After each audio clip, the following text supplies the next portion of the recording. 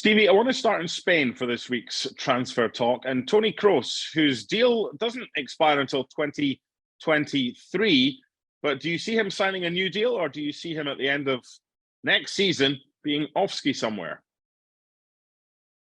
To be honest, I think it's got to do with what he does in the coming 12 months. If he does a Modric, then there's no reason why he shouldn't sign again. Yes, they've signed a couple of young midfielders in Tuchemeni and Camavinga. So that pretty much looks as though that's the future of Real Madrid. But there's no reason that Toni Kroos couldn't play with them. I would suggest if anybody's maybe going to go, it would probably be Modric. He's what, 36? I mean, his legs are going to go eventually.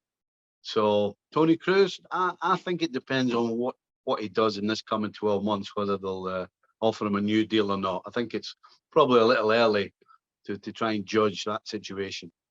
You mentioned some of the young talent they've got coming through. They've also been linked with Jude Bellingham, whether it's as a replacement for Toni Kroos in 12 months' time or in addition to. Would he do the job at Real Madrid? A very talented young English player. Sometimes we forget how young he is. Is he destined for the top? 100%. Yeah, I mean, no question. He's pretty much, for me, or should be solidified in England's national team. And so that in itself tells you that the guy's ready. He's still got some growth as far as maturing, as far as playing. You know, he's playing some fantastic football already, and I'm saying he's going to get better. So yeah, I would probably think he's got the pick of whatever he fancies, because any side with any ambition to be successful will want Jude Bellingham. So I would think he'll get the pick. And if it's Real Madrid, listen, why would you not go to Real Madrid? We know that Chelsea needs centre-backs. Nathan Ake has been linked. Are you, having been in the position where you had to be patient before you got a shot at Liverpool, would you recommend he does the same at Man City, or do you think it's going to be too tough for him to break through and get regular game time, and that Chelsea might be a better option? I find this one a strange one. Listen, Chelsea didn't get rid of Ake in the first place because they thought he was going to be a great centre-back. You know, City, he doesn't play at City regularly because he's a great centre-back. And when he played at Bournemouth, they had one of the worst defensive records in the Premier League. Maybe, if my memory serves me, the worst. Now, this sounds as though I'm down on Nathan Ake, but the fact is that he's a good player, but for me, he's not a top defender. And Chelsea need top defenders. If Chelsea want to win the Premier League or the Champions League, then I'm sorry, but Nathan Ake doesn't take you there, in my opinion. He's good to have as your third centre-back. He's good to have for backup for a top team for a period of time to play a certain amount of games, but not week in and week out. So, listen, I don't understand this one. Spurs have been busy in this transfer window, Stevie, and they've been linked with another couple of players, Richarlison and Alex Gordon of Everton. One, both, either likely?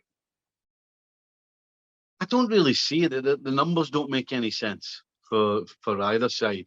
You know, Everton need to build, and why are they getting rid of arguably their two best players? As tough a season it was last year, Richarlison and Gordon were the two pluses amongst a lot of negatives. So why all of a sudden are you getting rid of these two guys? Because you can't replace them unless you spend an awful lot of money, which Everton may have run out, considering they've probably spent $500 million. So it makes no sense, and I don't see where they're going to start. If either of these two want to be a starter, going to Spurs doesn't help that. Spurs have just signed Perisic for that left-hand side. You know, Gordon for me is a wide player. You're telling me Kulusevski's not going to play after the season he had? Son's playing, Kane's playing. So it makes no sense to me, this one. Richarlison and Gordon will be far better off staying where they are and playing week in and week out. And Everton will be far better off keeping those two and then adding around them. The final player I want to talk about this week, Stevie, in Transfer Talk is Lisandro Martinez of Ajax. He's been strongly linked with a move to Arsenal. However, In the last day or so, Manchester United supposedly have declared an interest and submitted a bid. Erik ten Hag knows the player well. If it comes down to Arsenal or Manchester United for Lisandro Martinez, who do you think he chooses? Well, that's a tough one. I mean, normally you would say Manchester United, but I'm going to say Man United. I'm going to say Man United. And the only reason I'm saying Man United is because of Ten Hag. And the truth is, Manchester United need, they need, I was going to say another centre-back. They've got plenty of centre-backs, but they haven't been able to get it done. You know, people like Bailly, Lindelof, Maguire's been under so much pressure recently. So they need a centre-back. The question I've got is Martinez good enough? I'm not completely sold on him. I think he's a better passer of the ball than he is defender. He's got a nice left peg, but it doesn't. When you look at him, if you're playing against him, you don't look at him and think, "Oh no, I'm playing against this big, rugged, physical giant of a guy who's got a lovely left foot." You kind of go, "Ah, I fancy my chances." So I'm not so sure that this guy goes to either of these two sides.